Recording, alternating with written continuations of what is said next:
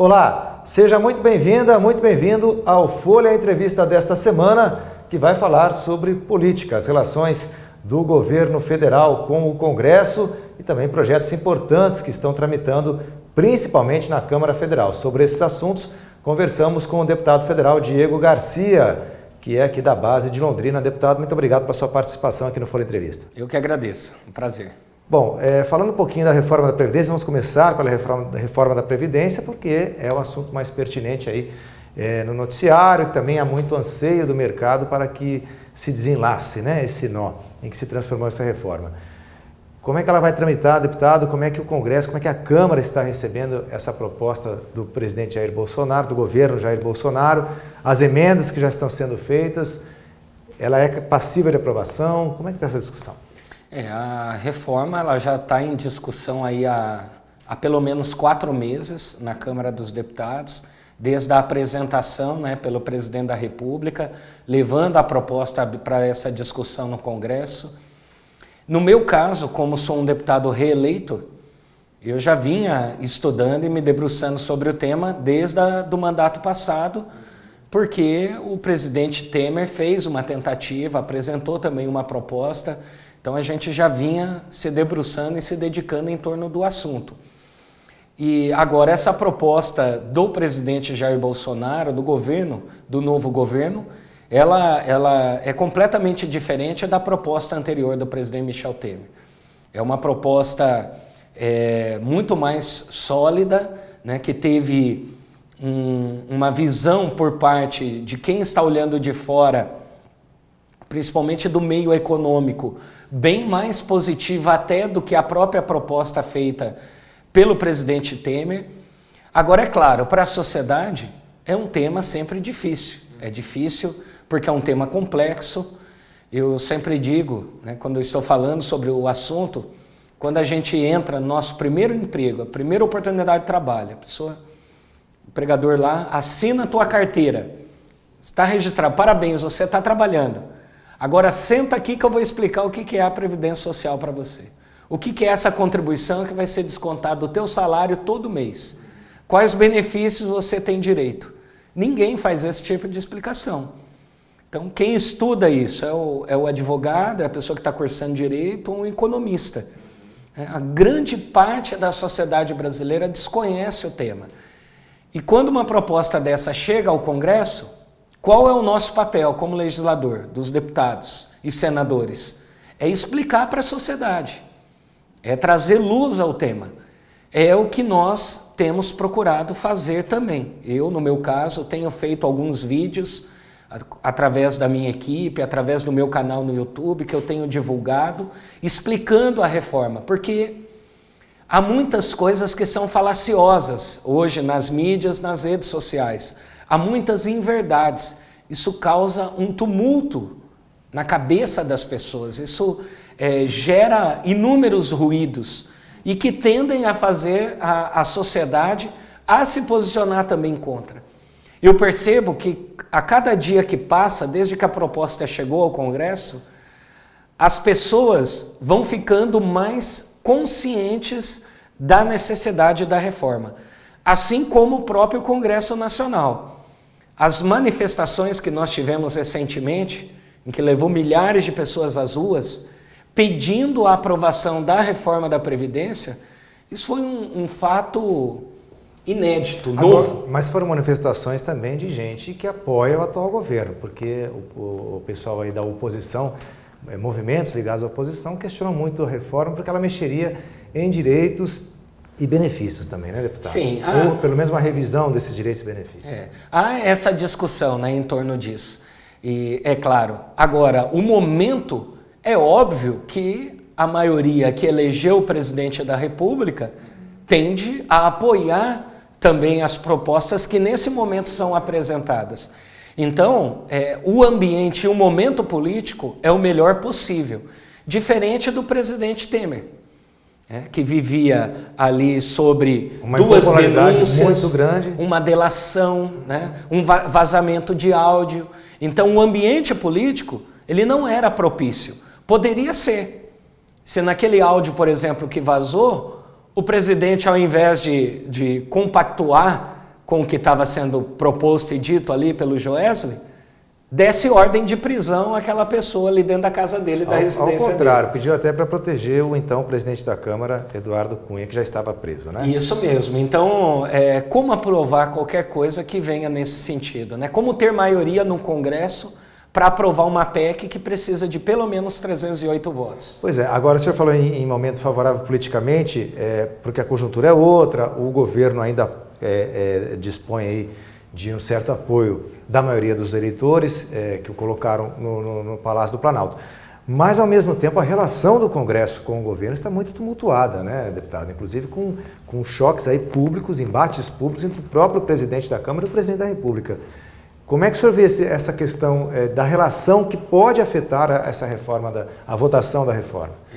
Principalmente os parlamentares, né, que foram reeleitos e que hoje compõem aquele grupo de partidos políticos chamado Centrão, que vem ganhando força aí pela imprensa, né, pelos noticiários e pela sociedade como um todo, que quando vai às ruas também se manifesta contrário a esse grupo de parlamentares. Por quê? Porque são parlamentares, não são todos, tá? Vamos deixar claro isso aqui. Não significa que os líderes desses partidos políticos, todos os deputados daquela sigla, daquele partido, estão alinhados com aquele pensamento. Então nós temos que ser justos. Mas alguns desses parlamentares estavam acostumados com o quê? Estavam acostumados em indicar o vice-presidente, por exemplo, do Banco do Brasil, da Caixa Econômica, indicar o ministério. Eu quero indicar o ministro do Desenvolvimento Urbano, eu vou indicar o ministro da Segurança Pública. O presidente Jair Bolsonaro, que era uma bandeira sua de campanha, deixar claro também que não foi o meu candidato no primeiro turno, eu tinha um candidato próprio, que era o senador Álvaro Dias, do meu partido político. Então não estou fazendo aqui uma defesa ao presidente da República, mas era uma bandeira dele do quê? Do enxugamento da máquina pública, redução do número de ministérios e de que não teria indicação política, que ele romperia com isso. E esse rompimento, ele gerou ruídos, vem gerando até hoje, porque muitos parlamentares, inclusive o próprio presidente da Câmara, o deputado Rodrigo Maia, defendeu em várias entrevistas que ele não via mal algum de um parlamentar que quer participar da base do governo poder fazer a indicação de um membro para algum órgão público. A sociedade brasileira não aguenta mais esse tipo de política. E esse tem sido o ponto-chave das discussões. Existem outros pontos, né, que têm gerado ruídos também. E também há erros de rota do próprio governo admitidos pela própria equipe do presidente da República. Isso também não pode interferir nessa relação que o senhor estava mencionando, nos ruídos que o senhor mencionou entre o Congresso e o governo federal? Com certeza, né? Todos nós sabemos que em todos os governos anteriores, né, os deputados que votam com o governo, eles acabam tendo um limite extra de liberação de recurso dentro das pastas, né? Então isso é algo natural ali, né? Então são os deputados que estão apoiando o governo e acabam tendo essa liberação de limites extra-orçamentários. Mas isso não significa que está comprando o deputado, ou que o deputado ele vai votar simplesmente por isso, né? Ou que o deputado vai receber esse dinheiro. Como divulgado os 10 milhões, dá a impressão que o deputado vai... Que é um dinheiro ilícito, né? Um dinheiro ilícito, né? Que vai direto para a mala do deputado que ele vai levar para a casa dele. Isso não é uma verdade, isso é uma injustiça que tem acontecido com os parlamentares. Eu voto a reforma da Previdência, sou favorável, não por conta de liberação, de que me foi prometido alguma coisa. Eu nunca tive essa notícia, essa notícia que foi dada nunca chegou até a minha equipe e a mim. Então, esse tipo de ruídos que saem, seja pelo governo, seja da Casa Civil, com certeza atrapalha o ambiente, prejudica. Porque tem deputados que são técnicos, como eu, que estão comprometidos com a reforma porque entendem que, de fato, ela é necessária para o país mudar. Eu cito aqui um exemplo claro. Em 2018, nós só com Previdência tivemos um gasto de mais de 700 bilhões de reais. Ou seja, tivemos um déficit por conta disso gigantesco. E com saúde, quanto que nós gastamos em 2018? 110 bilhões. E segurança pública, 9 bilhões. Então são números, se a gente juntar segurança pública, educação e saúde, não dá o que foi gasto com a Previdência. Então são números que mostram o quê? Que há um descompasso, que foge totalmente à necessidade e à realidade da nossa população hoje, atual. Por quê? Porque isso reverte o quê? Se temos menos recursos para a saúde, são menos investimentos que são aplicados naquele ano. E as pessoas que estão aqui, que precisam do hospital público, do serviço público de qualidade, vão cada vez mais ter um serviço precário. Na mesma coisa vale para a educação, para a segurança pública. Então, se nós não invertermos isso para equilibrar as contas, os recursos para investimentos em saúde, assistência social, segurança pública, educação e outras áreas vão ficar cada vez mais escassos, porque a despesa previdenciária ela é uma despesa obrigatória. Então, ela não diminui, ela só cresce porque a cada ano que passa, aumenta a população idosa, diminui o número de crianças e está diminuindo o número de pessoas no mercado de trabalho como consequência disso. Bom, para a gente finalizar rapidamente, deputado, o governo consegue, pela sua percepção das articulações que estão sendo feitas no Congresso, de que essa reforma vai ter voto suficiente e um prazo para ser votada? Olha, não é fácil. São 308 votos, no mínimo, em 2 turnos, para votação no plenário. Na comissão especial é mais fácil, porque é a maioria simples. Agora, no plenário não é fácil você aprovar uma proposta como essa, que está mexendo em todos os setores, em todas as áreas, e que a necessidade dessa discussão, todos nós temos essa consciência. Se o governo vai conseguir agora, até o final dessa tramitação, pelo menos na comissão especial, sanar as dúvidas que existem no coração dos parlamentares que vão votar, é outra conversa.